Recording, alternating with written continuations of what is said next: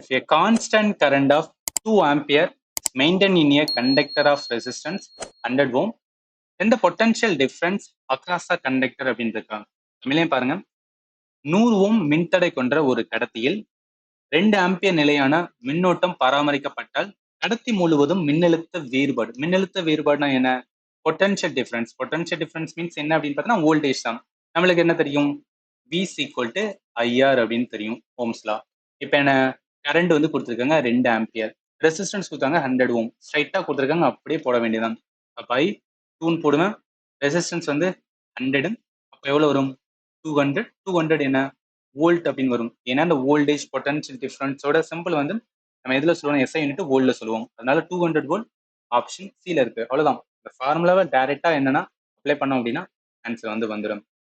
இப்போ இந்த ஓம்ஸ் லாவோட, அதாவது கிளாஸ் எடுக்கும்போது என்ன ஸ்லைட் சொன்னானோ அதான் வந்து அட்டாச் பண்ணியிருக்கேன். உனக்கிட்ட சிம்பிளாக ஞாபகத்தில் வச்சுக்கேன். ஓம் விதியில அவர் என்ன சொல்லுவாருன்னா 3 இதை கனெக்ட் பண்ணுவார். ஒன்று வோல்டேஜ் வந்து கனெக்ட் பண்ணுவார், இன்னொன்று கரண்ட் கனெக்ட் பண்ணுவார், இன்னொன்று ரெசிஸ்டன்ஸ் வந்து கனெக்ட் பண்ணுவார். இப்போ ஒரு கடத்தி இருக்குன்னு வச்சுக்கலாம். கடத்தி இருக்கு. ஒரு கடத்தின் வழி என்ன ஆகும்னா எலக்ட்ரான் ஃப்ளோ. அதுதான் நம்ம என்ன சொல்லுவோம்? கரண்டும் மின்னோட்டம்னு சொல்லுவோம். அப்படி அந்த கரண்ட் வந்து ஃப்ளோ ஆகுனா, கரண்ட்னா எலக்ட்ரான், அந்த எலக்ட்ரான் ஃப்ளோ ஆகிறதுக்கு ஒரு ஃபோர்ஸ் தேவை. அந்த ஃபோர்ஸ் எது கொடுக்குன்னா வோல்டேஜ் வந்து கொடுக்கும். அதனாலதான் சொல்லேன் வோல்டேஜ் நான் என்ன சொல்லியிருப்பேன்? ஸ்டார்டிங்லேயே ஒரு ஃபோர்ஸ்னு சொன்னா எலக்ட்ரோமோட்டிவ் ஃபோர்ஸ் அப்படின்னு ஏன் சொல்றேன்னா அது ஜஸ்ட் ஒரு ஃபோர்ஸ். என்ன பண்ணணும்? புஷ் பண்ணும். இப்போ கரண்ட் போ அப்படின்னு சொல்லியிருந்தா புஷ் பண்ண வைக்கிற வேலை தான் வந்து இது பார்க்கும். ஆனா ஓம் ரெசிஸ்டன்ஸ் என்ன பண்ணும்னா தடை பண்ணும். அதாவது போக விடாம என்ன பண்ண தடை பண்ணும். அவ்வளவுதான். இதை வச்சுதான் என்ன பண்ணிருப்பேன்னா அந்த ஓம் விதி சொல்லியிருப்பாரு. அதை வச்சு என்ன கண்டுபிடிட் பண்ண டெரைவ் பண்றது? P is equal to IR அப்படின்னு நம்ம வந்து டெரைவ் பண்ணியிருக்கோம். ஜஸ்ட் வந்து ஞாபகத்தில் வச்சுக்கோங்க.